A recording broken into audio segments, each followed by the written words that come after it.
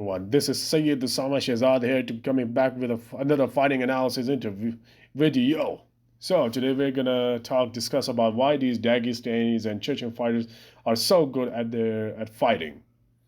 I mean, we have notable people like Habib, Islam, Magomed Ankalaev, Isai Sakov, Zubair Tugugov, and a lot of these fighters. But what makes them so unique? And what makes them so good at fighting? So much that is like they live for it. Today we're gonna find out about this. Let's get to it. This region produces such great fighters like Habib Nurmagomedov, Islam Makhachev, Hamza Chimaev, Isa Isakov, and many more.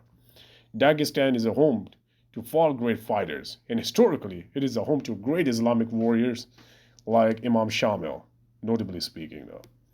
Also, this region has experienced so many wars. The notable ones are the First Chechen War and Second Chechen War. Mostly, these wars were against Russia on the basis of the Islamic Revolution, and they tried to take over Dagestan, but failed. Even after these wars, the place is still a breeding ground for violence and aggression. So the fathers of those regions put their children in wrestling. Wrestling was and still considered an elite class sport under the rule of the USSR, Union of Soviet Socialist Republic.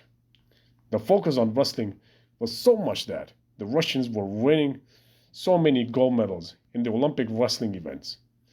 During this time, they would invent another combat sport like Sambo, which is known to be practiced by notable fighters like Fedor Emelianenko, Habib Nurmagomedov, and Islam Makhachev, etc.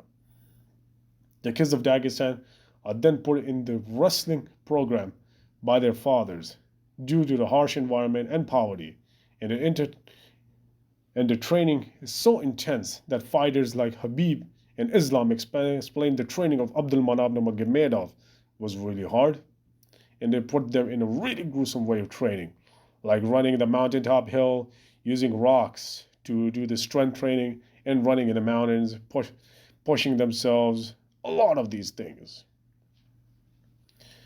And they would, and that's how they produce such far great fighters. As you can see, Umar Nurmagomedov, and a lot of these. In one video, Habib told that the culture of wrestling is so strong that they will make two kids wrestle each other inside the household. If the two kids have the same weight class, they will make them wrestle each other. That's how strong the culture of wrestling is in Dagestan. One of the UFC fighters, who is the former UFC worldwide champion Bilal Mohammed, explained that their camp is so intense and hard that it is like training with an army.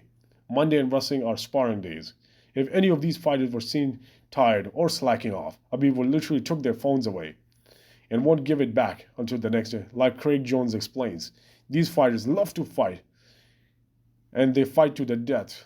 The training, the cardio, everything is like they're made for fighting. One of the in the training videos, they said one of the guys they did jiu-jitsu, and Habib said that get up. It's not jiu-jitsu, it's wrestling. You get pinned down, it's over. That's how these guys are strong, are mentally, physically, and spiritually. And also there's a Islamic perspective too. They're pious and pray 5 times a day, all that religion. So religion, it plays a key role in the discipline, in the warrior-like mentality. Well, there you have it. If there's any questions you would like to ask, feel free in the comment section below, and I will get to it if it's in my power. So I will see you then. Bye.